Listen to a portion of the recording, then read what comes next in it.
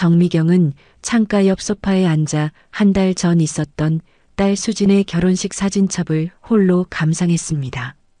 이 순간을 위해 얼마나 기다렸는지 모릅니다. 늦둥이 딸의 결혼식, 그것은 행복과 아쉬움이 교차하는 복잡한 감정의 순간이었습니다. 첫 페이지를 넘기자 화사한 웨딩홀의 모습이 눈에 들어왔습니다. 꽃으로 가득 장식된 예식장, 하얀 드레스를 입고 환하게 웃고 있는 딸, 그리고 그 옆에서 든든하게 지켜주는 사위. 모든 것이 완벽했습니다. 우리 수진이가 정말 예뻤지. 남편이 봤으면 얼마나 좋아했을까. 목소리가 살짝 떨렸습니다.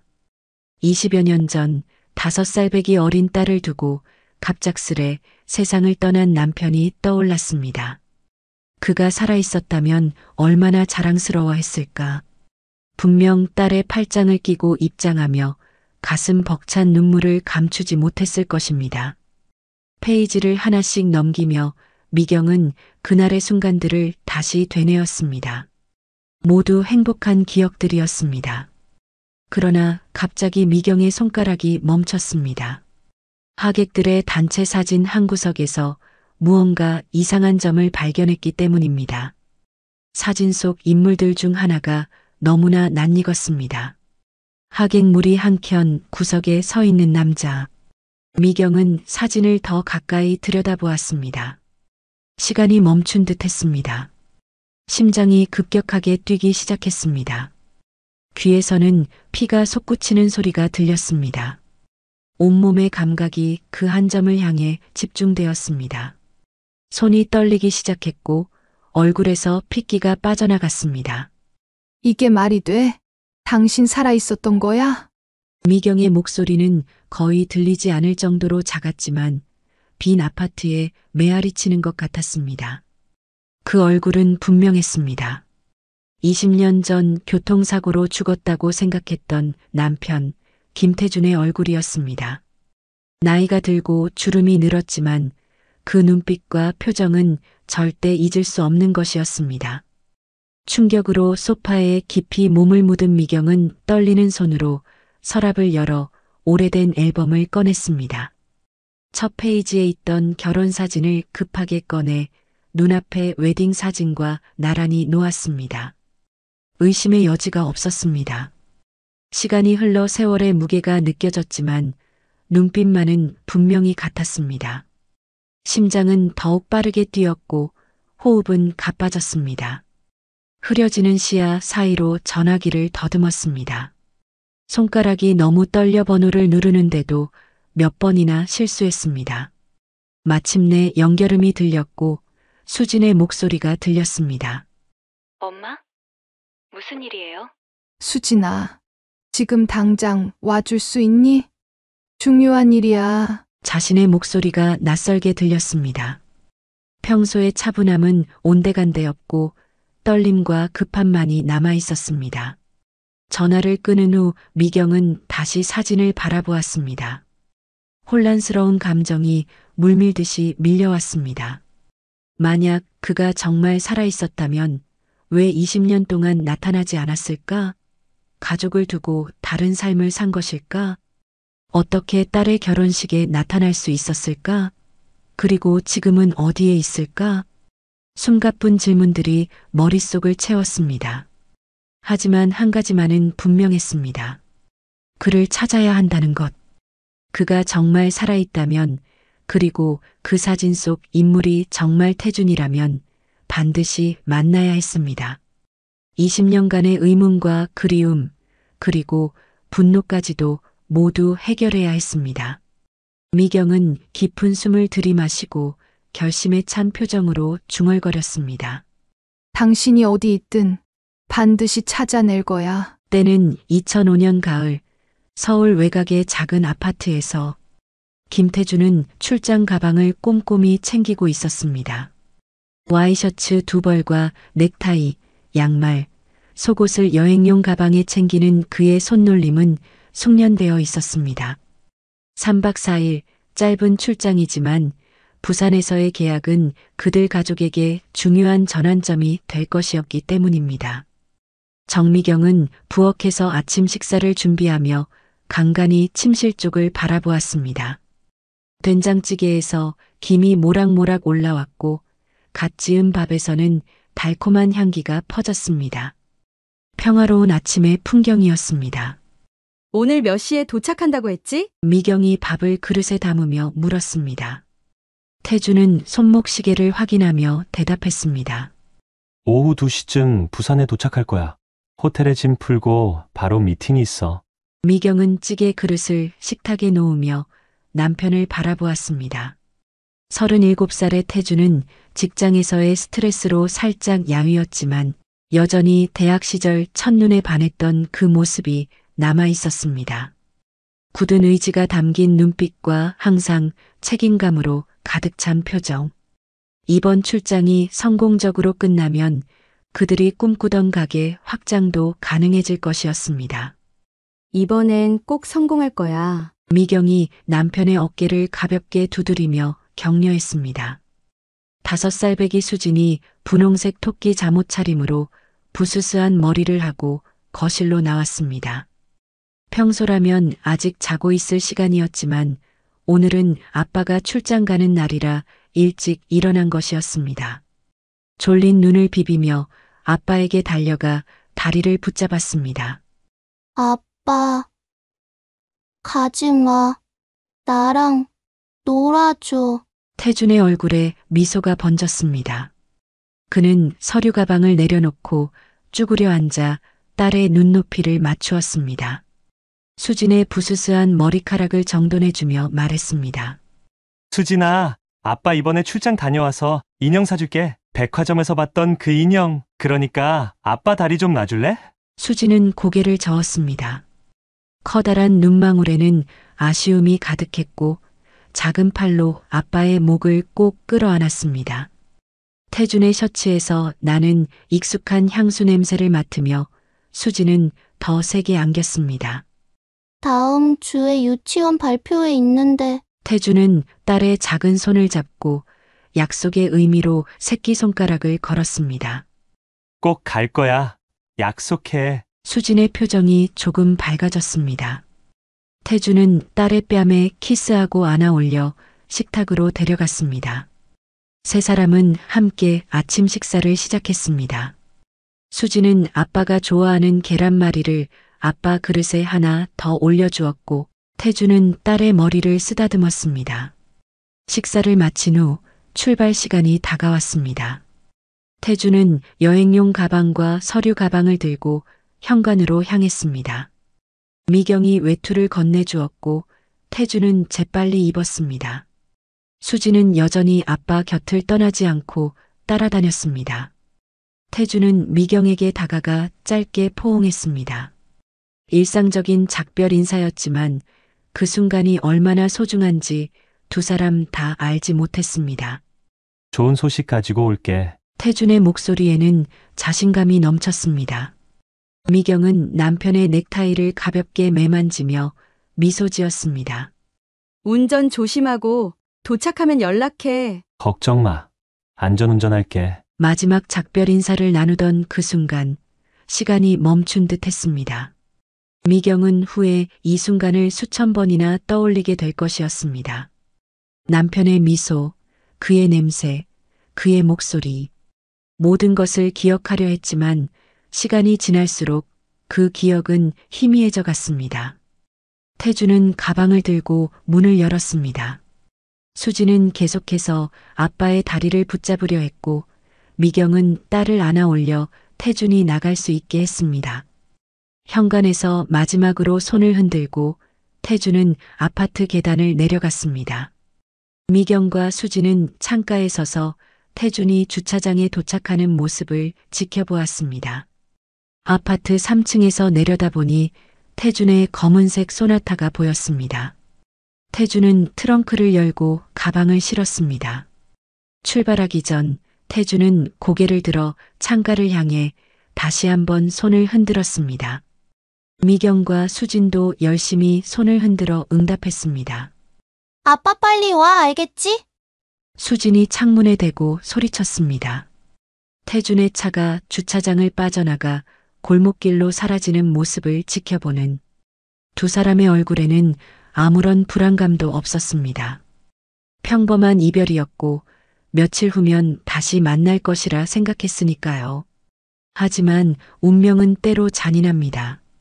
그날 오후 미경은 의류가게에서 일을 하고 있었습니다.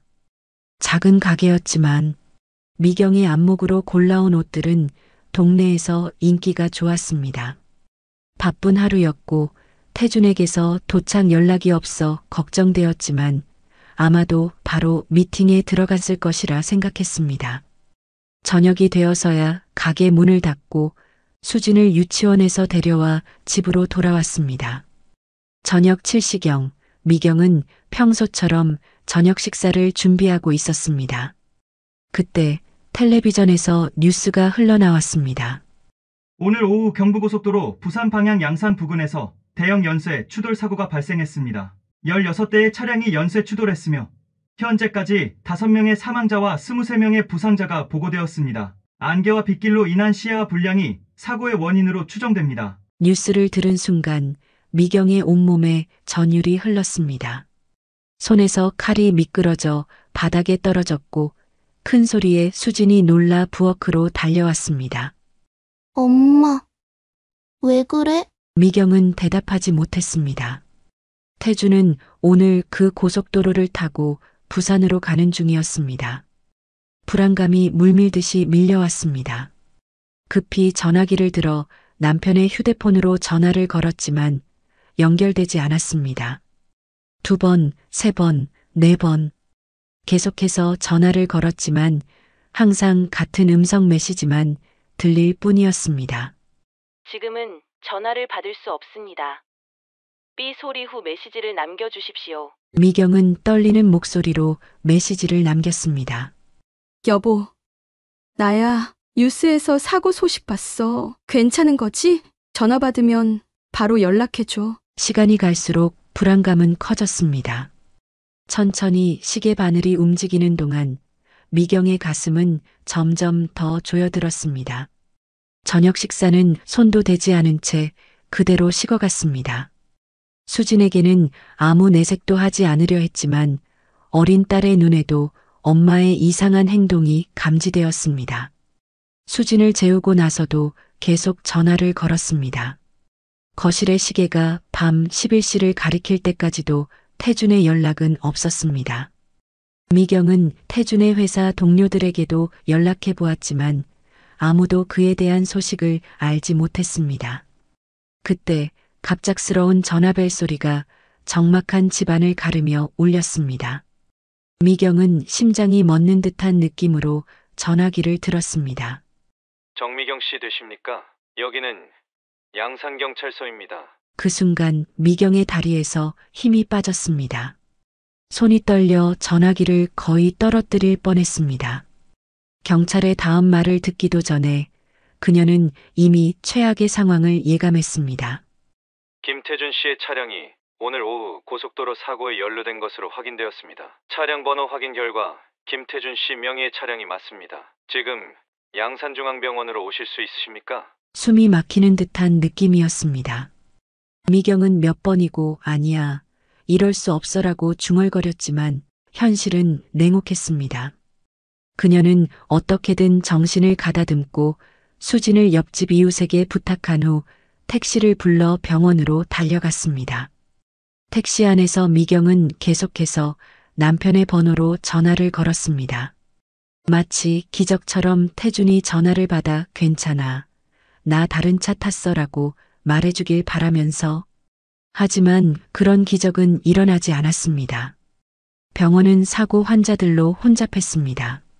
로비에는 가족들이 불안한 표정으로 기다리고 있었고 의료진들은 분주히 움직였습니다. 미경이 도착하자 정복을 입은 경찰관이 그녀에게 다가왔습니다. 정미경 씨세요? 저는 양산경찰서 교통과 박준호 경위입니다. 미경은 간신히 고개를 끄덕였습니다. 목이 메어 말이 나오지 않았습니다. 안내해 드리겠습니다. 이쪽으로 오세요. 그들은 병원 한쪽에 마련된 조용한 상담실로 들어갔습니다. 미경의 심장은 마구 뛰었습니다. 김태준 씨의 차량은 추돌 후 추가로 다른 차에 받쳐 심하게 파손됐습니다. 경찰관이 조심스럽게 말을 이어갔습니다. 차량은 가드레일을 뚫고 계곡 쪽으로 전복되었습니다. 미경은 손으로 입을 막았습니다. 상상조차 하기 힘든 광경이었습니다. 그럼 제 남편은 어디 있나요? 수술 중인가요? 미경의 목소리가 떨렸습니다. 경찰관의 표정이 더욱 무거워졌습니다. 그게 차량은 발견됐지만 운전자는 현장에서 찾지 못했습니다. 신분증과 소지품은 모두 불에 탔고 차량 내부에서 혈흔이 발견되었습니다. 미경은 믿을 수 없다는 표정으로 되물었습니다. 그게 무슨 말씀이세요? 제 남편이 사라졌다고요? 사고 충격으로 운전자가 차 밖으로 튕겨나갔을 가능성이 높습니다. 현재 수색대가 주변을 수색 중입니다. 경찰관은 증거물 봉투를 미경 앞에 내밀었습니다. 이것이 차량 안에서 발견된 재킷 조각입니다. 확인 부탁드립니다. 미경은 떨리는 손으로 봉투를 열었습니다. 그 안에는 피가 묻은 남색 재킷 조각이 들어 있었습니다. 재킷의 안쪽 주머니에는 K, T, J라는 이니셜이 새겨져 있었습니다. 미경이 태준의 생일에 선물했던 맞춤 재킷이었습니다. 그녀는 그것을 보는 순간 온몸이 얼어붙는 듯 했습니다. 심장이 찢어지는 듯한 고통이 밀려왔습니다. 그날 밤 미경은 병원 대기실에서 밤을 새웠습니다. 희망과 절망 사이에서 흔들리며 매 순간 태준이 걸어 들어오길 기다렸습니다. 하지만 그런 일은 일어나지 않았습니다. 다음 날부터 본격적인 수색이 시작되었습니다. 경찰, 소방대원, 지역 주민들까지 동원되어 사고 현장 주변의 계곡과 산을 샅샅이 뒤졌습니다. 미경도 매일 현장에 나갔습니다. 비가 오나 바람이 부나 그녀는 현장을 떠나지 않았습니다. 오늘은 발견될 거예요. 수색 책임자가 매일 아침 미경에게 위로의 말을 건넸지만 하루하루 지날수록 그 말은 공허하게 들렸습니다. 일주일 동안 수색 작업은 계속되었지만 태준의 흔적은 더 이상 발견되지 않았습니다. 계곡 하류까지 샅샅이 뒤졌지만 아무것도 찾지 못했습니다. 전문가들은 계곡의 급류에 휩쓸려 멀리 떠내려갔을 가능성이 높다는 의견을 내놓았습니다. 마침내 일주일이 지난 후 경찰은 공식적으로 수색 종료를 선언했습니다. 생존 가능성이 희박하다는 판단이었습니다. 미경은 그 소식을 듣는 순간 무릎이 꺾였습니다. 병원 복도에 무너지듯 주저앉았습니다. 미경의 절규가 병원 복도에 울려 퍼졌습니다. 하지만 현실은 잔인했습니다. 더 이상 할 수 있는 것이 없었습니다. 수색은 종료되었고 태준은 법적으로 실종 추정 사망 처리되었습니다. 집으로 돌아온 미경은 수진을 꼭 안았습니다. 5살 수진은 무슨 일이 일어났는지 완전히 이해하지 못한 채 울고 있는 엄마를 바라보기만 했습니다. 아빠는 언제 와? 수진이 물었습니다. 미경은 대답하지 못했습니다. 어떻게 어린 딸에게 아빠가 다시는 돌아오지 않을 거라고 말할 수 있을까요? 그저 더 세게 딸을 안아줄 뿐이었습니다.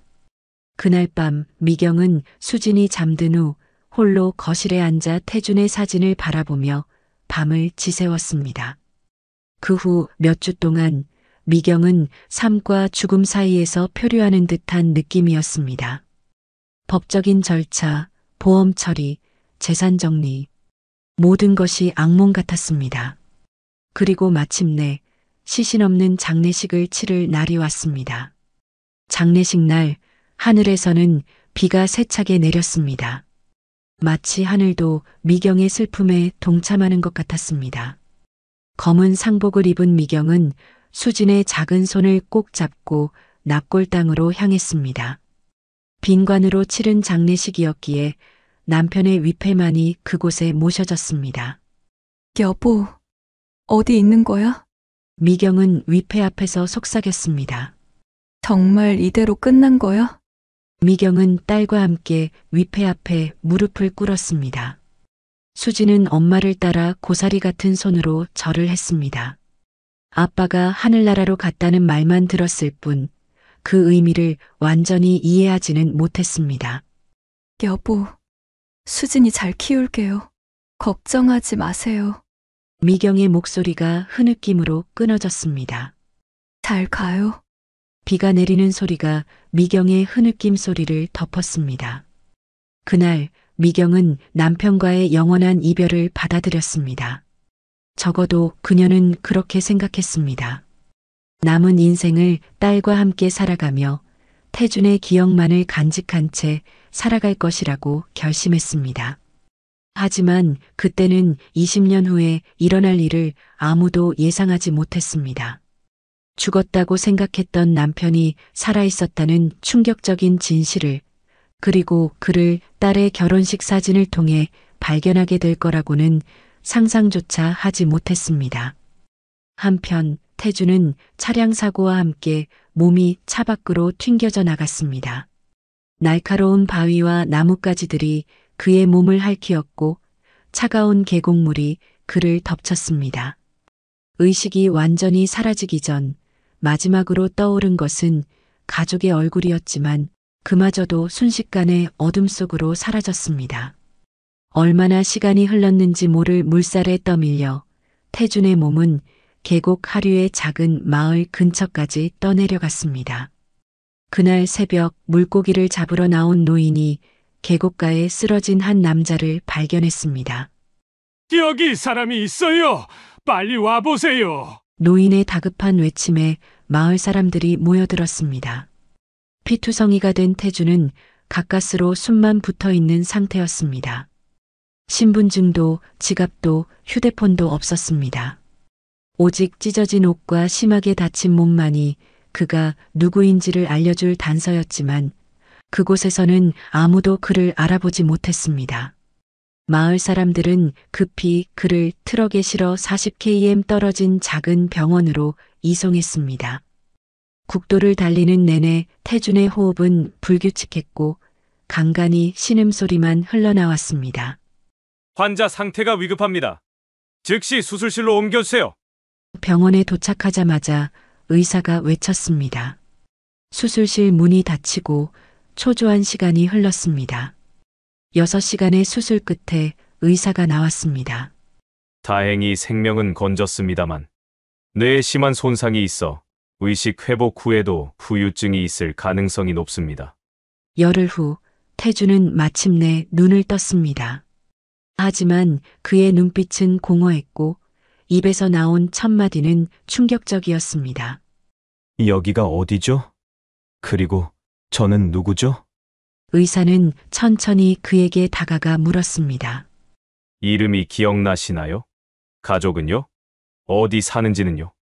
태주는 멍한 표정으로 천장만 바라보았습니다. 아무것도 기억나지 않았습니다. 자신의 이름, 나이, 직업, 가족, 모든 것이 진공 속으로 사라진 듯 했습니다. 의사가 간호사에게 말했습니다. 뇌 손상이 심해 기억상실 상태입니다. 화상 때문에 지문 확인도 안 되고 진원 확인이 전혀 안 되는 상황입니다. 태주는 병원 침대에 누워 창밖의 하늘을 바라보았습니다. 푸른 하늘과 흰 구름이 유유히 흘러가는 모습은 평화로웠지만 그의 마음은 혼란스러웠습니다. 자신이 누구인지도 모른 채 날마다 같은 질문을 반복했습니다. 저는 누구인가요? 왜 아무도 저를 찾지 않나요? 간호사들은 안타까운 표정으로 그를 돌봤고 의사는 천천히 회복될 거라며 위로했지만 시간이 지나도 기억은 돌아오지 않았습니다. 수개월간의 치료와 재활 끝에 몸은 회복되었지만 기억은 여전히 어둠 속에 갇혀 있었습니다. 마침내 6개월 후 태주는 퇴원을 앞두게 되었습니다. 담당 의사는 그에게 마지막 상담을 해주었습니다. 몸은 거의 회복되었지만 기억은 시간이 더 필요할 것 같습니다. 하지만 희망을 잃지 마세요. 때로는 특정 장소나 소리, 냄새가 기억을 촉발시킬 수 있습니다. 태주는 고개를 끄덕였습니다. 이제 어디로 가야 할지 모르겠습니다. 태준의 목소리에는 불안함이 가득했습니다. 의사는 그의 어깨를 토닥이며 말했습니다. 당신의 과거도 중요하지만 앞으로의 삶도 소중합니다. 새로운 시작도 생각하세요. 병원에서는 사회복지 담당자를 통해 임시주거지와 기초생활비를 제공했지만 그것은 일시적인 도움일 뿐이었습니다.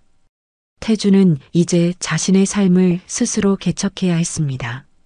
퇴원 후 태주는 정처 없이 떠돌았습니다. 처음에는 건설 현장에서 일용직으로 일했습니다. 무거운 시멘트 포대를 나르고 벽돌을 싸는 일은 힘들었지만 일을 마치고 받는 일당은 생존을 위한 최소한의 수단이 되었습니다. 때로는 식당에서 설거지를 하기도 했고 전단지를 돌리거나 청소부로 일하기도 했습니다. 그는 작은 고시원방에서 생활했습니다. 좁은 공간에 놓인 간이 침대와 작은 책상이 전부였지만 그에게는 그만한 공간도 충분했습니다. 하루하루를 살아가는 것만으로도 버거웠기 때문입니다. 간혹 꿈에서 희미한 얼굴들이 나타났습니다. 따뜻한 미소를 짓는 여자, 작은 손으로 자신을 부르는 아이. 하지만 눈을 뜨면 그 모든 것이 안개처럼 사라졌습니다. 그렇게 10여 년의 시간이 흘러 어느 비 오는 날 태주는 버스 정류장 벤치에 앉아 있었습니다. 일거리를 찾아 여러 곳을 돌아다녔지만 그날은 운이 없었습니다. 차가운 빗물이 그의 옷을 적셨고 허기진 배는 꼬르륵 소리를 냈습니다. 그때 눈에 들어온 것은 정류장 광고판에 붙은 작은 구인 광고였습니다. 사회복지센터 경비원 모집, 성실하신 분, 숙소 제공. 다음 날 태주는 광고에 적힌 주소로 찾아갔습니다. 낡은 건물이었지만 따뜻한, 기분 좋은 느낌이 드는 곳이었습니다. 면접은 간단했습니다. 센터장은 그의 이력서를 보며 물었습니다. 이름이 정석인가요? 그는 기억을 잃은 후 정석이라는 이름으로 살아가고 있었습니다. 왜 정석이라는 이름을 선택했는지는 자신도 알지 못했습니다. 그저 문득 떠오른 이름이었습니다. 센터장은 그의 이력서를 보고 고개를 끄덕였습니다. 좋습니다. 내일부터 출근하시죠. 센터 뒤편에 직원 숙소가 있으니 오늘 짐을 옮기셔도 됩니다. 사회복지센터 경비원이라는 직업은 그에게 안정과 소속감을 주었습니다. 매일 아침 일찍 일어나 센터 주변을 청소하고 방문객들을 안내하고 밤에는 순찰을 돌았습니다. 단순한 일이었지만 그는 그 일에 의미를 두었습니다. 그리고 센터 직원들의 따뜻한 말 한마디가 그의 하루를 빛나게 했습니다. 시간이 흐를수록 정석은 센터의 든든한 지킴이가 되었습니다. 하지만 운명은 때로 놀라운 방향으로 흘러갑니다. 사회복지센터에 변화의 바람이 불어왔습니다. 김수진 25살의 그녀가 긴장된 표정으로 센터 앞에 섰습니다. 대학에서 사회복지학을 전공하고 첫 직장으로 이곳을 선택한 그녀에게 오늘은 특별한 날이었습니다. 괜찮아. 할 수 있어. 수진은 자신에게 용기를 주며 센터 입구로 향했습니다. 그때 입구 옆 경비실에서 한 남자가 나왔습니다. 60대 초반으로 보이는 그 남자는 낡았지만 깔끔한 경비 제복을 입고 있었습니다. 정석, 10년 동안 이 센터를 지켜온 경비원이었습니다. 그의 머리카락은 반백이 되었고 얼굴에는 세월의 흔적이 깊게 패여 있었지만 눈빛만은 여전히 따뜻했습니다. 안녕하세요. 수진이 밝게 인사했습니다. 오늘부터 여기서 일하게 된 김수진이라고 합니다. 잘 부탁드려요. 정석은 그녀를 바라보다가 갑자기 멈칫했습니다.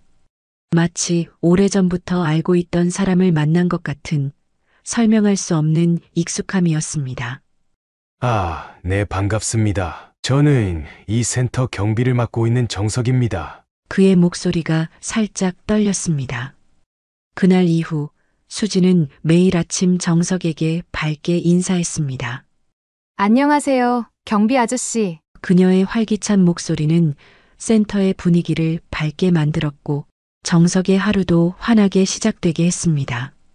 시간이 지날수록 두 사람은 자연스럽게 더 많은 대화를 나누게 되었습니다. 정석은 센터에 오래 근무했기에 많은 것을 알고 있었고 신입 직원인 수진에게 도움을 주었습니다. 정석 아저씨는 정말 모르는 게 없으세요. 수진이 감탄했습니다. 정석은 쑥스러운 듯 웃으며 대답했습니다. 오래 있다 보니 그렇죠. 몸으로 익힌 경험일 뿐입니다. 시간이 흘러 3월, 봄비가 내리는 어느 날이었습니다. 퇴근 시간 수진은 우산 없이 센터 출입구에서 난감한 표정으로 서 있었습니다. 큰일이네. 버스 정류장까지 달려가야 하나. 수진이 중얼거렸습니다. 그때 뒤에서 정석의 목소리가 들렸습니다. 수진 씨, 우산 없으세요? 수진이 고개를 돌리자 정석이 검은 우산을 들고 서 있었습니다. 네. 아침엔 날씨가 좋아서 안 가져왔어요. 수진이 난처한 표정으로 대답했습니다. 같이 가시죠. 정류장까지 데려다 드릴게요. 정석이 우산을 펼치며 말했습니다. 두 사람은 같은 우산 아래 나란히 걸었습니다. 빗소리가 우산을 두드리는 소리가 운율처럼 들렸습니다. 좁은 우산 아래서 어깨가 살짝 닿을 듯 말 듯 했지만 묘하게 편안한 침묵이 이어졌습니다. 매일 이렇게 걸어서 퇴근하세요? 수진이 침묵을 깨고 물었습니다. 네. 버스 타고 20분 정도 가면 제가 사는 곳이 나와요. 정석이 대답했습니다. 버스 정류장에 도착했을 때 비는 더 세차게 내리고 있었습니다. 두 사람은 정류장 대기소에 앉았습니다. 버스는 아직 오지 않았고 주변에는 다른 사람들도 없었습니다. 경비 아저씨는 가족 있으세요? 갑자기 수진이 물었습니다. 하지만 곧바로 실례였다고 생각했는지 덧붙였습니다. 아, 죄송해요. 너무 사적인 질문이었네요. 정석은 잠시 생각에 잠겼습니다. 그의 눈빛이 먼 곳을 바라보는 듯 했습니다. 잘 모르겠어요. 가족이 있었는지 사고로 기억을 잃었거든요. 그의 목소리는 조용했지만 또렷했습니다. 수진의 눈이 커졌습니다. 오래전 일이에요. 이제는 익숙해졌어요. 정석은 담담하게 말했습니다. 제 과거에 대해서는 기억나지 않지만 지금의 삶에 만족하려고 노력하고 있어요. 수진의 표정이 진지해졌습니다. 저도 아버지를 어릴 때 사고로 잃었어요. 정석은 이유 모를 가슴의 통증을 느꼈습니다. 많이 힘들었겠네요. 그의 목소리가 살짝 떨렸습니다. 엄마가 혼자 저를 키우셨어요. 정말 대단하신 분이에요. 수진의 눈에는 자랑스러움이 담겨 있었습니다. 그래서 저도 사회복지사가 되어 어려운 사람들을 돕고 싶었어요. 이날의 대화 이후 두 사람은 더 자주 대화를 나누게 되었습니다. 수진은 정석에게 이런저런 고민을 얘기했고 정석은 정성스럽게 그 고민에 답을 해주었습니다. 때로는 점심시간에 센터 뒤뜰 벤치에 앉아 도시락을 나눠 먹기도 했습니다. 수진은 어머니가 정성껏 싸준 도시락을 가져왔고 정석은 근처 분식집에서 사온 김밥이나 라면을 먹었습니다. 제 도시락 드세요. 엄마가 항상 많이 싸주거든요. 수진이 자신의 도시락을 내밀었습니다. 정석은 처음에는 사양했지만 수진의 진심 어린 권유에 결국 함께 나눠 먹었습니다. 집에서 만든 음식의 맛은 그에게 오래된 향수를 불러일으켰습니다. 봄이 깊어가던 어느 날 수진은 정석에게 중요한 소식을 전했습니다. 사실 저 곧 결혼해요. 그래서 센터 일도 곧 그만둘 예정이에요. 수진의 목소리에는 설렘과 부끄러움이 섞여 있었습니다. 정석은 진심으로 기뻤지만 동시에 이상한 상실감도 느꼈습니다. 결혼이요. 축하드립니다. 좋은 분을 만나셨나 보네요. 네, 대학 선배예요. 정말 좋은 사람이에요. 수진의 얼굴이 행복으로 빛났습니다. 하지만 곧 그녀의 표정이 조금 흐려졌습니다. 그런데 사실 고민이 하나 있어요. 시댁 쪽에서 결혼하면 남편 내조만 하길 원하는데 저는 아직 일을 하고 싶어서요. 정석은 조용히 들었습니다. 그리고 잠시 생각한 후 질문했습니다. 수진 씨의 꿈은 뭐였나요? 수진은 망설임 없이 대답했습니다. 사람들을 돕는 거요. 특히 길 잃은 사람들을. 정석의 눈에 깊은 이해의 빛이 어렸습니다. 그럼 그 꿈 포기하지 마세요. 당신이 행복해야 가족도 행복할 수 있어요. 물론 가족 간의 입장도 있고 그게 제 말처럼 쉽진 않지만 꿈을 잃지 않으면 이룰 수 있는 시기가 올 겁니다. 수진은 그의 말에 깊은 감동을 받았습니다. 마치 아버지의 조언을 듣는 것 같은 느낌이었습니다. 정말 감사해요. 제가 흔들릴 때마다 항상 현명한 조언을 해주시네요. 그 대화 이후 수진의 결혼식 일주일 전 수진은 정석에게 작은 봉투를 건넸습니다. 경비 아저씨가 제 사회생활의 멘토였어요. 꼭 제 결혼식에 와주세요. 수진의 얼굴에는 진심 어린 감사의 표정이 담겨 있었습니다. 정석은 봉투를 받아들었습니다. 봉투 위에는 정성스럽게 정석 아저씨께라고 쓰여 있었습니다. 봉투를 열자 결혼식 초대장이 나왔습니다. 그는 초대장을 바라보며 묘한 감정에 사로잡혔습니다. 기쁨, 자랑스러움, 그리고 설명할 수 없는 슬픔이 그의 가슴을 채웠습니다. 꼭 가겠습니다. 정석의 목소리가 살짝 떨렸습니다.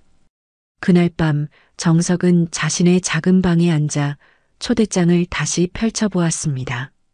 김수진 앤드 이준호의 결혼식에 초대합니다라는 글귀 아래 날짜와 장소가 적혀 있었습니다. 그는 수진의 이름을 가만히 쓰다듬었습니다. 그녀의 밝은 미소, 따뜻한 마음씨가 떠올랐습니다. 마치 내 딸 같아. 정석은 중얼거렸습니다. 그는 알지 못했습니다. 수진이 정말로 그의 딸이라는 사실을, 그리고 이 결혼식이 운명적인 재회의 시작이 될 것이라는 사실을. 화사한 봄날 서울 시내의 한 웨딩홀 앞에서 정석은 긴장한 표정으로 서 있었습니다. 낡은 구두를 반짝반짝 닦고 20년 동안 단 한 번도 입지 않은 정장을 입었지만 여전히 초라해 보이는 느낌이 있었습니다. 그는 주변의 화려한 하객들 사이에서 이방인처럼 서 있었습니다. 고급 외제차에서 내리는 하객들, 명품 가방을 든 여성들, 값비싼 슈트를 입은 남성들 사이에서 그는 마치 잘못 들어온 사람 같았습니다. 내가 이런 곳에 와도 괜찮을까? 정석은 주머니 속의 초대장을 다시 한번 만져보았습니다. 접히고 펴진 자국이 역력했습니다. 수십 번 펼쳐보고 다시 접었던 흔적이었습니다. 출근길에 만나는 밝은 미소의 사회복지사 수진, 그 아이에게 느끼는 특별한 애정은 설명할 수 없는 것이었습니다. 그것은 20년간의 공허한 삶 속에서 유일하게 그를 살아있게 만드는 감정이었습니다. 깊은 숨을 들이마신 정석은 자신의 모습을 마지막으로 점검했습니다. 낡았지만 깨끗이 다린 와이셔츠, 빛바랜 넥타이, 주름진 손으로 넥타이를 매만지며 그는 결혼식장 입구로 향했습니다. 화려한 꽃장식과 웅장한 로비가 그를 맞이했습니다. 입구 앞에는 가족 관계자로 보이는 누군가가 방명록을 펼쳐놓고 있었습니다. 정석은 그 앞에서 펜을 들고 한참을 망설였습니다. 어떻게 자신을 소개해야 할지 갑자기 혼란스러웠습니다. 결국 그는 간단히 정석이라는 이름만 적었습니다. 자신의 성도, 축하 메시지도 쓰지 못했습니다. 그저 작은 이름 하나만이 방명록 한 구석을 차지했습니다. 마치 그의 존재처럼 작고 희미하게. 웨딩홀 안으로 들어선 정석은 맨 뒷자리 구석, 기둥 뒤에 가려진 자리에 조용히 앉았습니다. 이곳에서는 누구의 시선도 받지 않고 식을 지켜볼 수 있을 것 같았습니다. 화려하게 장식된 예식장과 아름다운 꽃장식, 하객들로 가득 찬 좌석들을 바라보며 그는 묘한 감정에 사로잡혔습니다. 머릿속으로 갑자기 흐릿한 기억의 파편이 스쳐 지나갔습니다. 다른 결혼식장, 흰 드레스를 입은 여인, 그녀의 손을 잡고 있는 자신의 모습. 그러나 그 이미지는 곧 안개처럼 사라졌습니다. 그의 손이 무의식적으로 가슴을 움켜쥐었습니다.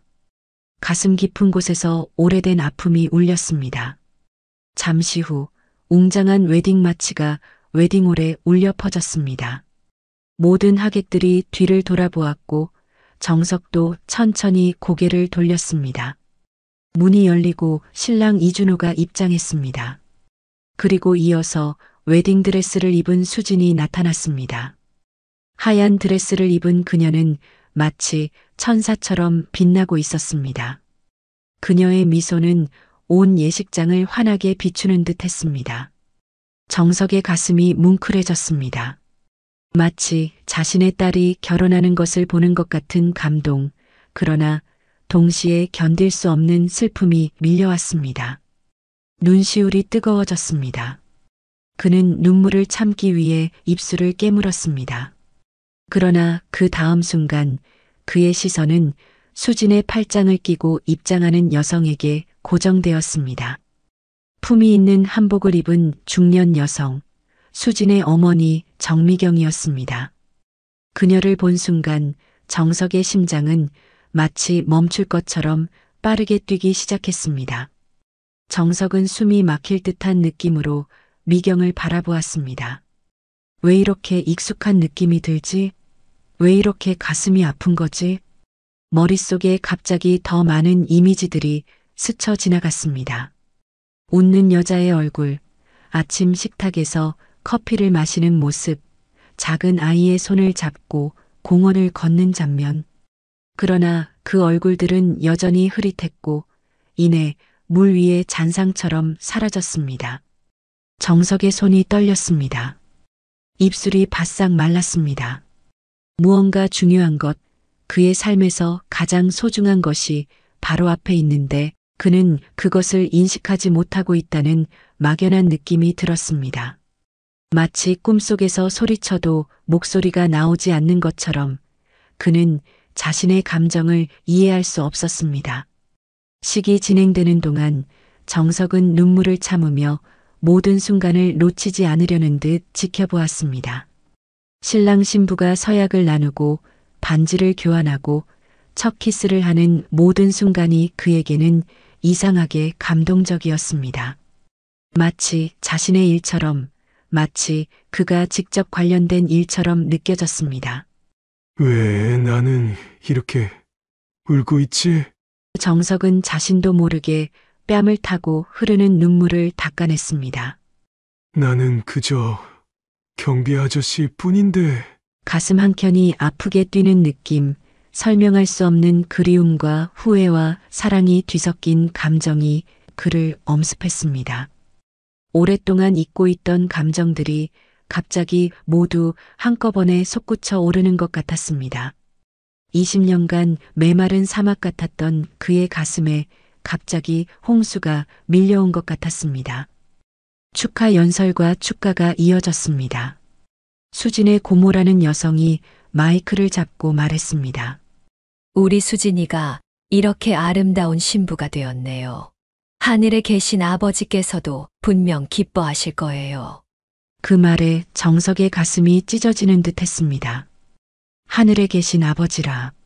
그런데 왜 그 말이 이렇게 가슴 아프게 들리는 걸까요? 왜 그는 마치 직접 불려진 것처럼 느끼는 걸까요? 식이 끝나고 축하 파티가 시작되었습니다. 하객들이 신랑 신부에게 축하를 건네는 동안 정석은 자리에서 일어나 조용히 나가려고 했습니다. 이 감정들을 더 이상 감당할 수 없을 것 같았습니다. 그는 출구를 향해 천천히 걸음을 옮겼습니다. 이제 이 감정들을 정리하고 집으로 돌아갈 시간이었습니다. 평소의 일상으로 20년 동안 그렇게 해왔던 것처럼 혼자만의 시간으로 돌아갈 시간이었습니다. 그러나 출구 근처에서 수진이 그를 발견했습니다. 아저씨, 벌써 가세요? 수진이 웨딩드레스 자락을 살짝 들고 정석에게 달려왔습니다. 그녀의 얼굴은 행복으로 빛나고 있었습니다. 식사도 하고 가세요. 정석은 수진을 바라보았습니다. 그녀의 눈에서 그는 또 다른 기시감을 느꼈습니다. 마치 오래전에 알고 있던 눈동자, 마치 자신의 눈을 닮은 듯한 느낌.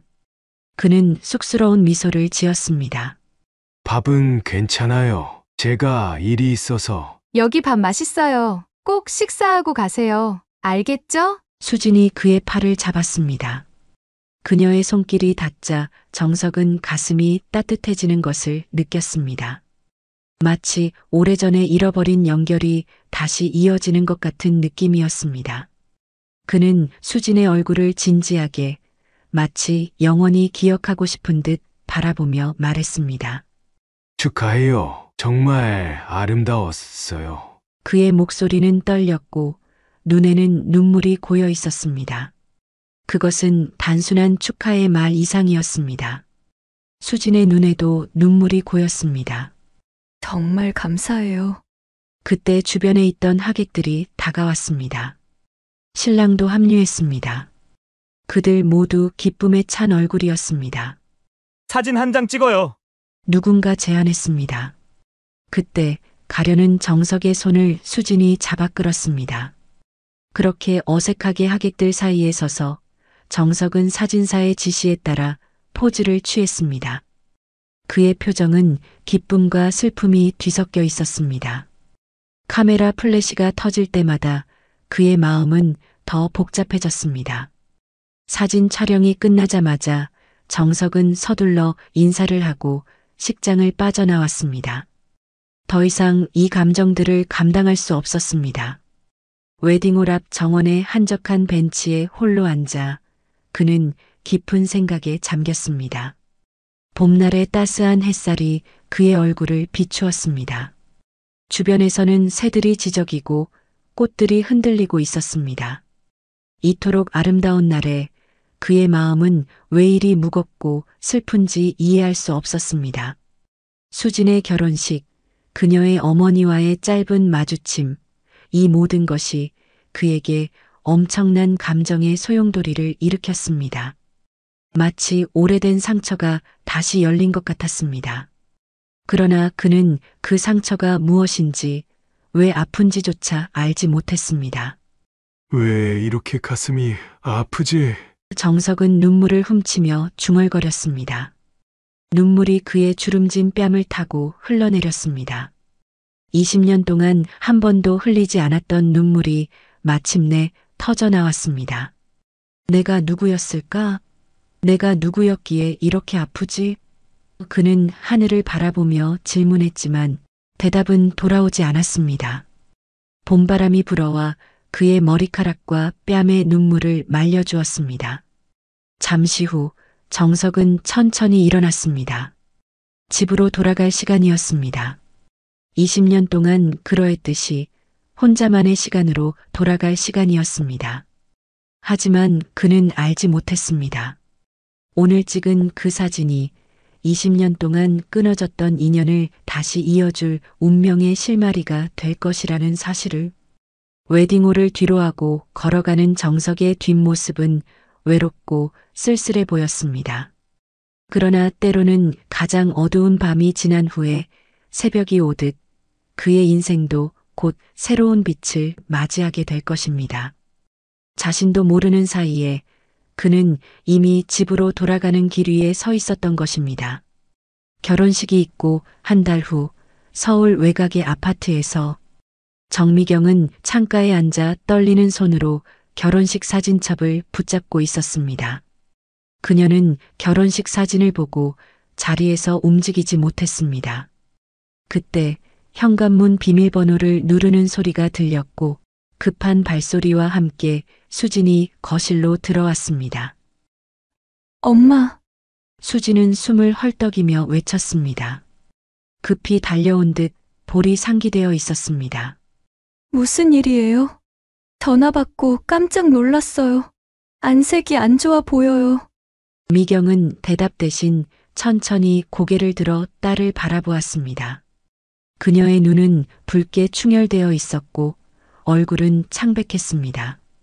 마치 유령을 본 사람처럼 보였습니다. 앉으렴, 수진아. 미경의 목소리는 평소보다 낮고 떨렸습니다. 수진은 혼란스러운 표정으로 어머니 옆에 앉았습니다. 미경은 잠시 침묵했습니다. 어떻게 이 사실을 전해야 할지, 어디서부터 시작해야 할지 막막했습니다. 천천히 떨리는 손으로 결혼식 사진첩을 펼쳤습니다. 하객들과 함께 찍은 단체 사진 페이지에서 멈췄습니다. 여기 이 사람 보이니? 미경은 손가락으로 사진 속 한 남자를 가리켰습니다. 구석에 서 있는 다른 하객들보다 약간 어색해 보이는 남자였습니다. 수지는 고개를 기울여 사진을 들여다보았습니다. 이분은 우리 센터 경비 아저씨예요. 제가 초대했어요. 근데 왜? 수진의 말이 계속되는 동안 미경의 손은 더욱 심하게 떨리고 있었습니다. 그녀는 수진의 말을 끊었습니다. 이 사람, 너희 아버지야. 침묵이 내려앉았습니다. 시계 초침 소리만이 거실에 울렸습니다. 수진의 눈이 커졌고 입이 약간 벌어졌습니다. 뭐라고요? 말도 안 돼. 수진의 목소리는 거의 들리지 않을 정도로 작았습니다.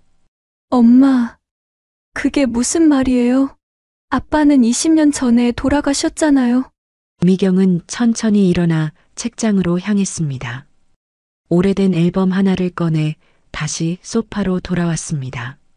앨범을 펼치자 오래된 사진들이 나왔습니다. 미경과 태준의 결혼 사진, 젊은 시절의 태준이 웃고 있는 사진, 수진이 갓난아기였을 때 태준이 안고 있는 사진. 그 사진을 보며 미경이 말했습니다. 그래, 너는 모를 수 있지만 나는 알아. 나이가 들어 얼굴이 많이 변했지만 그의 눈빛은 여전해. 어떻게 이런 일이? 수지는 손가락으로 결혼 사진 속 아버지의 얼굴을 어루만지듯 쓰다듬었습니다. 수진의 눈에서 눈물이 흘러내렸습니다. 처음에는 천천히, 이내 홍수처럼 쏟아졌습니다. 그녀의 어깨가 흐느낌으로 떨렸습니다. 미경은 딸의 어깨를 감싸 안았습니다.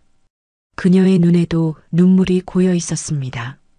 나도 믿기지 않아, 수진아. 20년 동안 모든 사람이 그가 죽었다고 생각했는데. 잠시 후 미경이 떨리는 목소리로 물었습니다. 아빠랑 얘기는 해봤니? 수지는 눈물을 닦으며 고개를 끄덕였습니다. 네. 사고로 기억을 잃었다고 하셨어요. 자신의 과거에 대해 거의 아무것도 기억하지 못한다고. 미경의 눈에서도 눈물이 흘러내렸습니다. 그래서 우리에게 돌아오지 못했던 거구나. 수지는 갑자기 자리에서 벌떡 일어났습니다.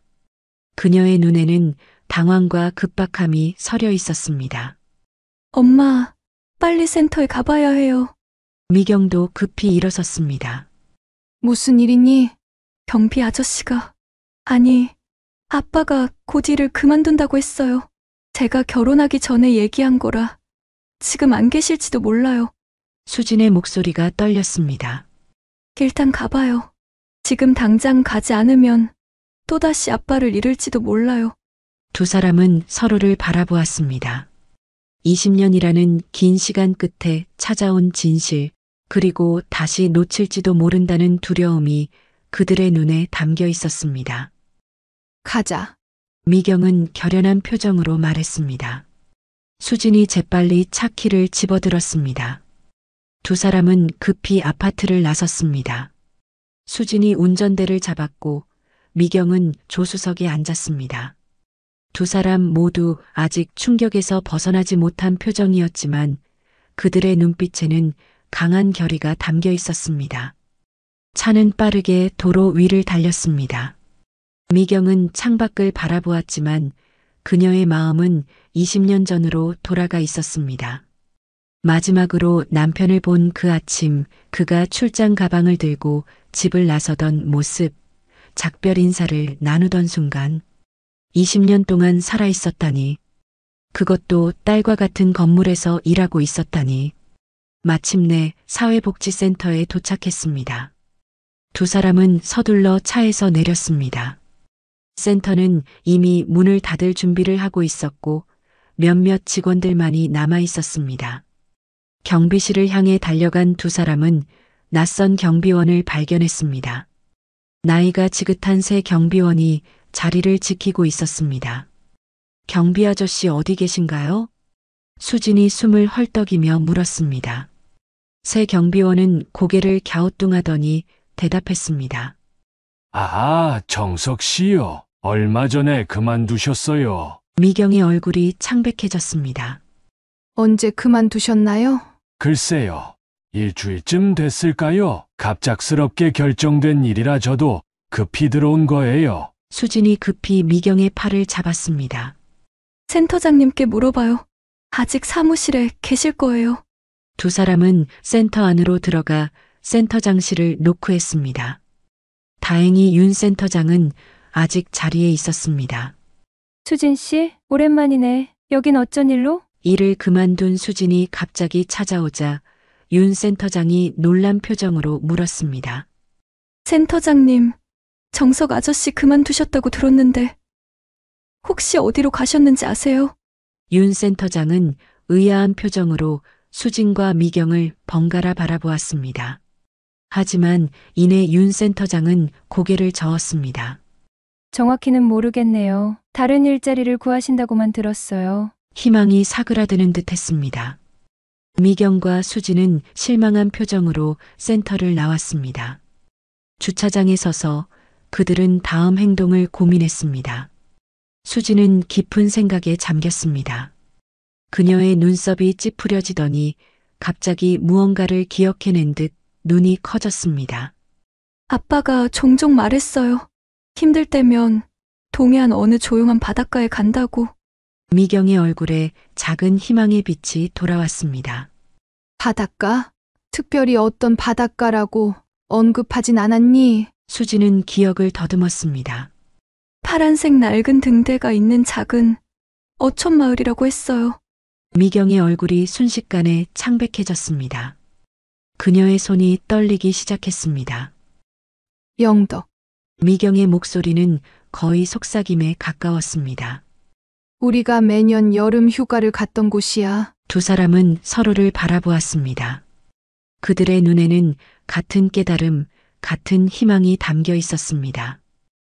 가자. 두 사람은 다시 차에 올랐습니다. 수진이 내비게이션에 영덕을 입력했습니다. 미경은 창문 너머 어두워지는 하늘을 바라보았습니다. 차는 서울을 벗어나 동해안을 향해 달리기 시작했습니다. 미경의 가슴에는 20년 만에 처음으로 진정한 희망이 피어올랐습니다. 이번에는 남편을 찾을 수 있을 것이라는 희망. 기다려요, 여보. 차 창문 너머로 어둠이 내려앉기 시작했고 그들의 앞에는 길고 긴 여정이 펼쳐져 있었습니다. 밤이 깊어갈 무렵 미경과 수진이 탄 차는 마침내 영덕에 도착했습니다. 바다 내음이 짙게 풍기는 어촌 마을의 밤 공기가 창문을 통해 들어왔습니다. 수진이 조용히 말했습니다. 저기 해변가 펜션이 보여요. 미경은 창밖을 바라보았습니다. 푸른 지붕의 작은 펜션이 어둠 속에서도 선명히 보였습니다. 파란바다 펜션이라고 쓰인 낡은 간판이 바람에 살짝 흔들리고 있었습니다. 20년 전의 기억이 미경의 마음을 스쳤습니다. 아이를 안고 있는 태준, 파도에 발을 담그고 웃는 어린 수진, 함께 모래성을 쌌던 오후의 햇살. 내 아빠와 결혼하고 난 후 매년 여름이면 이곳에 왔었어. 차를 주차하고 두 사람은 펜션으로 향했습니다. 늦은 시간이었지만 불이 켜져 있었습니다. 문을 열자 작은 종소리가 울렸고 나이 든 남자가 카운터에서 고개를 들었습니다. 어서 오세요. 펜션 주인이 환한 미소로 맞이했습니다. 미경은 가방에서 태준의 사진을 꺼냈습니다. 결혼식 사진첩에서 잘라낸 것이었습니다. 죄송하지만 혹시 이 사람을 보셨나요? 미경이 떨리는 손으로 사진을 내밀었습니다. 펜션 주인은 사진을 자세히 들여다보더니 갑자기 환하게 웃었습니다. 아, 이분. 며칠 전부터 우리 펜션에 묵고 계세요. 매일 아침 일찍 등대 근처 바닷가로 산책하시는 분이죠. 미경과 수지는 숨을 멈췄습니다. 그가 여기에 있었습니다. 미경의 눈에서 눈물이 흘러내렸습니다. 20년 동안의 기다림 끝에 마침내 남편을 찾은 것입니다. 그녀의 손이 떨렸고 수진이 그 손을 꼭 잡아주었습니다. 지금 만날 수 있을까요? 어느 방에 계신가요? 미경이 간절한 목소리로 물었습니다. 지금은 객실에 안 계세요. 아침에 나가셨는데 아직 돌아오지 않으셨어요. 어디에 가셨을까요? 수진이 물었습니다. 펜션 주인은 창밖을 가리켰습니다. 아마 평소처럼 등대 쪽 바위 해안으로 가셨을 거예요. 항상 해질녘까지 그곳에 계시더라고요. 미경과 수지는 동시에 창밖을 바라보았습니다. 붉은 석양이 바다 위로 내려앉고 있었습니다. 두 사람은 서둘러 펜션을 나섰습니다. 바닷가로 이어지는 작은 길을 따라 빠르게 걸었습니다. 20년의 기다림 끝에 이제 몇 걸음 앞에 태준이 있다고 생각하니 가슴이 터질 것만 같았습니다. 멀리 파란 등대가 보였고 그 아래로 바위 해안이 펼쳐져 있었습니다. 그리고 그 바위 해안 위 바다를 향해 앉아 있는 한 남자의 실루엣이 보였습니다. 미경의 심장이 빠르게 뛰었습니다. 그 실루엣은 너무나 익숙했습니다. 20년이 지났지만 그녀는 남편의 뒷모습을 단번에 알아보았습니다. 저기 아빠가 있어요. 수진의 목소리가 떨렸습니다. 두 사람은 천천히 바위 해안으로 다가갔습니다. 모든 것이 꿈처럼 느껴졌습니다. 바다의 소리, 석양의 빛, 그리고 저 멀리 앉아 있는 남자의 모습까지. 용기를 내요, 엄마. 수진이 속삭였습니다. 미경은 깊은 숨을 들이마셨습니다. 20년 동안의 상실, 그리움, 절망이 이 순간으로 이어졌습니다. 이제 몇 걸음 앞에 그녀의 남편, 수진의 아버지가 있었습니다. 그들은 천천히 하지만 확고한 발걸음으로 태준을 향해 다가갔습니다. 파도가 잔잔하게 밀려왔다 사라지는 소리만이 들렸고 해변에는 사람의 흔적이 거의 없었습니다. 단 한 사람, 바다를 향해 난 낡은 벤치에 홀로 앉아 수평선을 바라보고 있는 남자만이 있었습니다. 그의 뒷모습은 고독하면서도 평화로워 보였습니다. 미경과 수지는 바위 해안을 지나 그 남자에게 천천히 다가갔습니다. 두 사람의 발걸음은 떨렸고 심장은 빠르게 뛰었습니다. 특히 미경의 얼굴에는 20년간의 그리움과 기다림, 그리고 지금 이 순간에 믿기지 않는 현실이 교차하고 있었습니다. 수진이 몇 걸음 뒤에서 망설이자 미경이 딸의 손을 살짝 잡았습니다. 내가 먼저 다녀올게. 미경이 작은 목소리로 수진에게 말했습니다. 그리고는 깊은 숨을 들이마시고 홀로 앞으로 나섰습니다. 벤치에 앉아 있는 남자에게 다가간 미경은 조용히 그 옆에 앉았습니다. 그는 미경을 신경 쓰지 않았습니다. 그저 낯선 사람이 옆에 앉았다고 생각한 듯 했습니다. 두 사람은 잠시 아무 말도 하지 않고 함께 바다만 바라보았습니다. 시간이 멈춘 것 같은 고요함이 흘렀습니다. 매일 이곳에 오면 가슴이 따뜻해져요. 이유는 모르겠지만. 남자가 먼저 입을 열었습니다. 그의 목소리는 조용했지만 미경의 귀에는 천둥처럼 울렸습니다. 20년 만에 다시 듣는 남편의 목소리였습니다. 미경은 감정을 억누르며 대답했습니다. 저도 그래요. 여기 있으면 마음이 편해져요. 그제서야 남자는 미경을 제대로 바라보았습니다.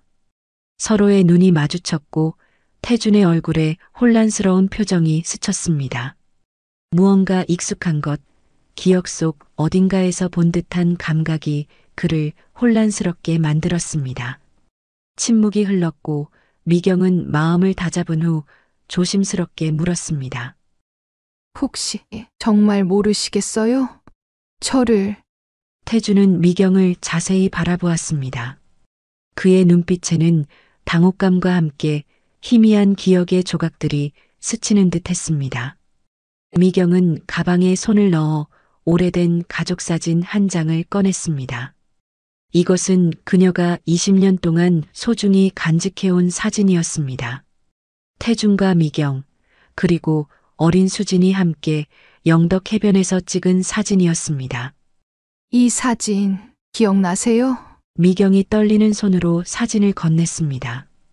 태주는 사진을 받아들었습니다. 그의 손도 떨리고 있었습니다.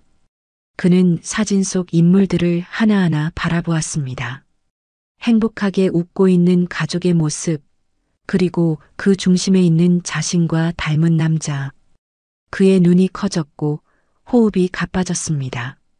미경의 눈에서 눈물이 흘러내렸습니다. 오랫동안 참아왔던 감정의 폭포가 무너지기 시작했습니다. 당신은 제 남편이에요. 김태준. 20년 전 사고로 실종된 우리 딸의 아버지예요. 미경의 목소리는 떨렸지만 또렷했습니다. 태준의 얼굴에 충격과 혼란, 그리고 희미한 깨달음이 교차했습니다.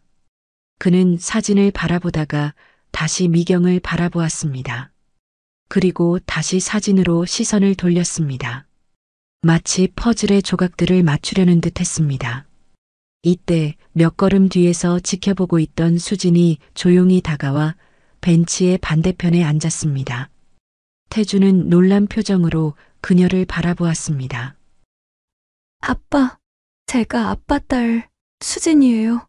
수진의 목소리가 떨렸습니다. 태주는 수진을 바라보며 눈을 크게 떴습니다. 갑자기 그의 표정이 변했습니다. 깨달음이 번개처럼 스쳐 지나간 듯 했습니다. 그는 고개를 숙였고 어깨가 떨리기 시작했습니다. 조용한 흐느낌이 들렸습니다. 20년 동안 잊고 있던 감정들이 갑자기 그를 덮친 것 같았습니다. 잠시 후 태주는 고개를 들었습니다. 그의 얼굴에는 눈물이 가득했지만 그의 눈빛은 이전과 달랐습니다. 더 맑고 더 생생한 눈빛이었습니다. 미안하지만 난 가족에 대한 기억이 없어요. 하지만 그는 어렵게 말을 이었습니다. 이상하게 가슴이 뛰어요. 가슴이 아프고 눈물이 흘러요. 결혼식에서 수진이를 봤을 때, 그리고 당신을 봤을 때 마음이 너무 아팠어요. 미경과 수진의 눈에서도 눈물이 멈추지 않았습니다. 미경은 조심스럽게 태준의 한 손을 잡았고 수진도 다른 한 손을 잡았습니다. 세 사람의 손이 벤치 위에서 겹쳐졌습니다. 20년 만에 처음으로 가족의 손이 다시 만난 순간이었습니다. 함께 돌아가요. 우리 집으로. 미경이 따뜻한 목소리로 말했습니다. 태주는 잠시 두 사람을 번갈아 바라보았습니다. 그의 눈에는 여전히 혼란이 있었지만 그 안에 미약한 희망의 빛도 있었습니다. 천천히 그는 고개를 끄덕였습니다. 세 사람은 함께 벤치에서 일어났습니다. 태주는 양쪽에 미경과 수진을 두고 천천히 해변을 걷기 시작했습니다. 20년이라는 긴 시간을 건너 마침내 하나가 된 가족의 모습이었습니다. 영덕에서의 재회 이후 사흘이 지난 오후 태준, 미경, 수진은 함께 서울로 돌아왔습니다. 아파트 현관 앞에 서서 태준은 잠시 멈칫했습니다. 20년 동안 그가 정석으로 살아온 시간과 이전에 김태준으로 살았던 기억 사이에는 여전히 깊은 단절이 있었습니다. 괜찮아요. 천천히 적응하면 돼요. 미경이 그의 손을 잡으며 말했습니다. 그녀의 눈에는 이해와 인내가 담겨 있었습니다. 문이 열리고 태주는 조심스럽게 집 안으로 발을 들였습니다. 낯설지만 묘하게 익숙한 공간이었습니다. 여기가 우리 집이었군요. 태준의 목소리는 조용했지만 그 안에는 복잡한 감정이 담겨 있었습니다. 네, 우리 집이에요. 미경이 미소 지으며 대답했습니다. 아직도 많은 것들이 그대로예요. 태주는 천천히 집안을 둘러보기 시작했습니다. 거실벽에 걸린 가족 사진들을 하나하나 바라보았습니다. 젊은 시절의 자신과 미경, 어린 수진과 함께 찍은 사진들. 그 모든 것들이 다른 사람의 인생을 들여다보는 것 같았습니다. 이 사진은 수진이가 3살 때 놀이공원에서 찍은 거예요. 미경이 태준의 옆에 서서 설명했습니다. 태준은 손을 뻗어 사진틀을 만졌습니다. 그의 눈에는 사진 속 행복했던 순간들이 담겨 있었지만 그것들은 여전히 그에게 낯선 기억이었습니다. 미경은 태준을 집 안 구석구석 안내했습니다. 부엌, 화장실, 침실, 그리고 마침내 하나의 문 앞에 멈췄습니다. 이건 당신 서재예요. 20년 동안 아무도 손대지 않았어요. 미경이 조용히 말했습니다. 그녀의 목소리에는 오랜 기다림의 무게가 실려 있었습니다. 문이 열리고 태주는 서재 안으로 한 발짝 내디뎠습니다. 먼지가 쌓인 책상 위에는 20년 전 그가 마지막으로 만졌던 물건들이 그대로 있었습니다. 미완성 서류, 만년필, 책들, 그리고 가족 사진. 마치 시간이 멈춘 공간 같았습니다. 태주는 감동과 놀라움으로 말을 잇지 못했습니다. 미경은 미소 지었습니다. 당신이 언젠가 돌아올 거라 믿었어요. 항상 그 희망을 가지고 살았죠. 수진도 서재 문 앞에 서서 조용히 지켜보고 있었습니다.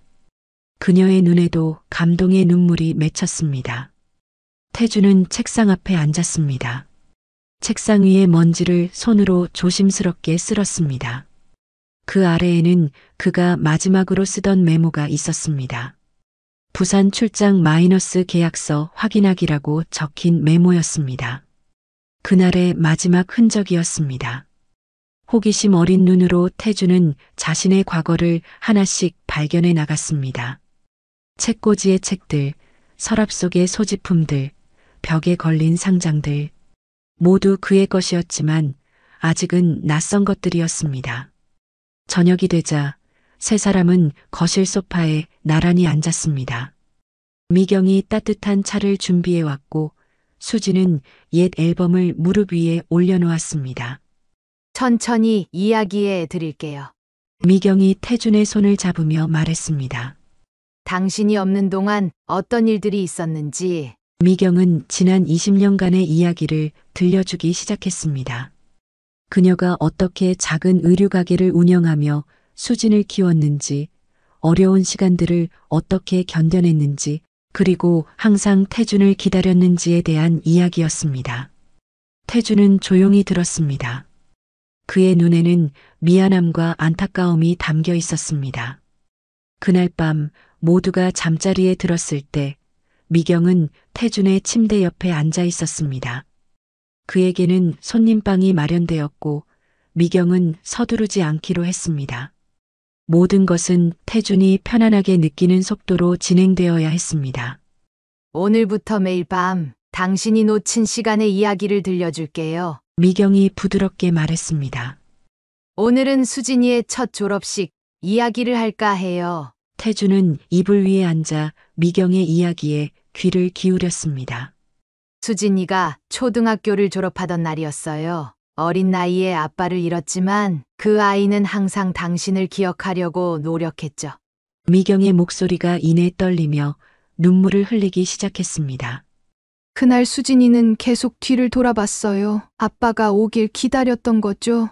태준의 눈에서도 눈물이 흘러내렸습니다. 그것은 기억의 눈물이 아니라 감정의 눈물이었습니다. 그는 기억하지 못했지만 느낄 수는 있었습니다. 제가 많이 미안해요. 태준이 속삭였습니다. 미경은 그의 손을 잡았습니다. 당신 잘못이 아니에요. 다음 날은 수진이 남편과 함께 아파트로 왔습니다. 그녀는 커다란 상자를 들고 있었습니다. 이건 제가 모아둔 성장 앨범과 비디오예요. 주말마다 조금씩 보여드릴게요. 수진이 미소 지으며 말했습니다. 그들은 함께 거실 소파에 앉아 비디오를 재생했습니다. 세 사람은 함께 웃고 울며 비디오를 보았습니다. 태주는 자신이 놓친 딸의 성장 과정, 그리고 미경이 혼자 감당했을 고통을 이해했습니다. 그의 기억은 여전히 돌아오지 않았지만 마음은 이미 집을 찾은 것 같았습니다. 이것이 바로 그가 20년 동안 그리워했던 곳, 그가 속한 곳이었습니다. 고마워요. 이제 집에 돌아온 것 같네요. 태준이 미경과 수진을 바라보며 말했습니다. 그렇게 사라진 시간을 채우는 과정이 시작되었습니다. 하루하루 한 이야기씩, 한 추억씩, 그들은 함께 20년의 공백을 메워나갔습니다.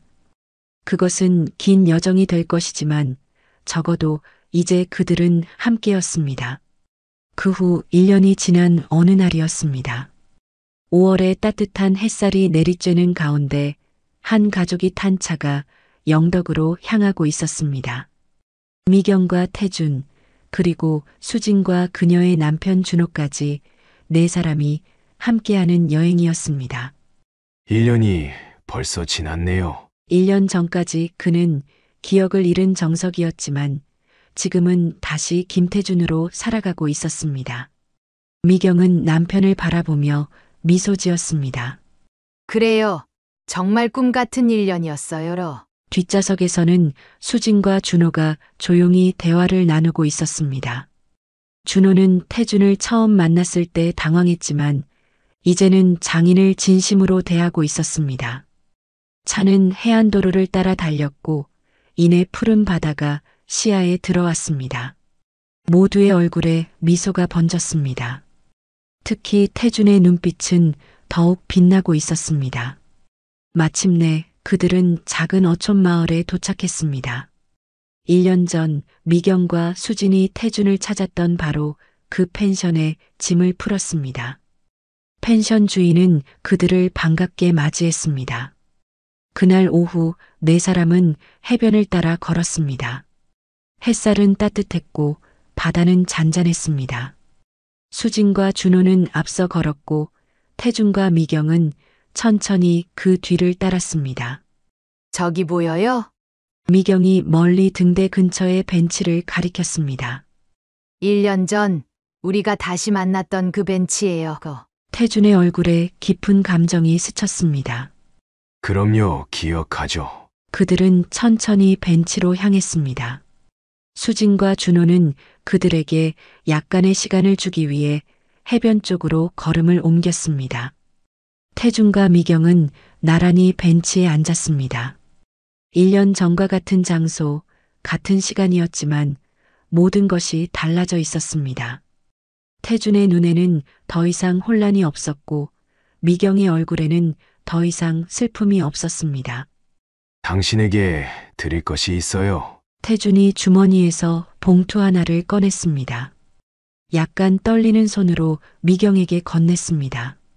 미경은 호기심 어린 표정으로 봉투를 열었습니다. 안에는 태준의 손글씨로 가득 찬 편지가 있었습니다. 제가 읽어볼까요? 미경이 물었습니다. 태준은 고개를 끄덕였고 미경은 천천히 편지를 읽기 시작했습니다. 사랑하는 당신에게 1년 전 그 벤치에서 당신이 내게 와주지 않았다면 나는 여전히 정석이라는 이름으로 공허한 삶을 살고 있었을 것입니다. 당신은 나에게 이름을 돌려주었고 가족을 돌려주었고 삶의 의미를 돌려주었습니다. 기억은 완전히 돌아오지 않았지만 매일 당신을 사랑하는 법을 새롭게 배우고 있습니다. 20년이라는 시간 동안 당신은 나를 기다렸고 이제 남은 평생 동안 나는 당신과 함께할 것입니다. 그 어떤 사고나 기억 상실도 우리의 인연을 끊지 못했듯이 앞으로도 그 어떤 것도 우리를 갈라놓지 못할 것입니다. 영원히 당신을 사랑합니다. 당신의 태준 올림. 편지를 다 읽은 미경의 눈에서는 눈물이 흘러내렸습니다. 그것은 슬픔의 눈물이 아니라 깊은 감동과 행복의 눈물이었습니다. 고마워요, 여보. 미경이 속삭였습니다. 태주는 그녀의 손을 잡았습니다. 그들의 눈이 마주쳤고 그 안에는 20년의 세월과 1년의 치유가 담겨 있었습니다. 이때 수진과 준호가 다시 다가왔습니다. 태주는 일어나 세 사람을 바라보았습니다. 그의 얼굴에는 깊은 깨달음이 어려 있었습니다. 이제는 알겠어요. 내 마음이 이곳을 찾은 이유를. 태준이 조용히 말했습니다. 내 기억은 잊었어도 내 영혼은 잊지 않았던 거예요. 이곳은 우리 가족의 행복이 담긴 곳이니까요. 태주는 미경과 수진의 손을 잡았고 준호도 함께 원을 이루어 섰습니다. 네 사람은 함께 노을이 물드는 바다를 바라보았습니다. 이제 그들은 진정한 가족이 되었습니다. 과거의 상처는 치유되었고 미래는 희망으로 빛나고 있었습니다. 바다 위로 붉은 노을이 점점 더 짙게 물들어갔습니다. 그들의 웃음소리가 바다 바람을 타고 멀리 퍼져나갔습니다. 그들의 이 아름다운 이야기, 그리고 그들의 사랑은 영원히 계속될 것입니다.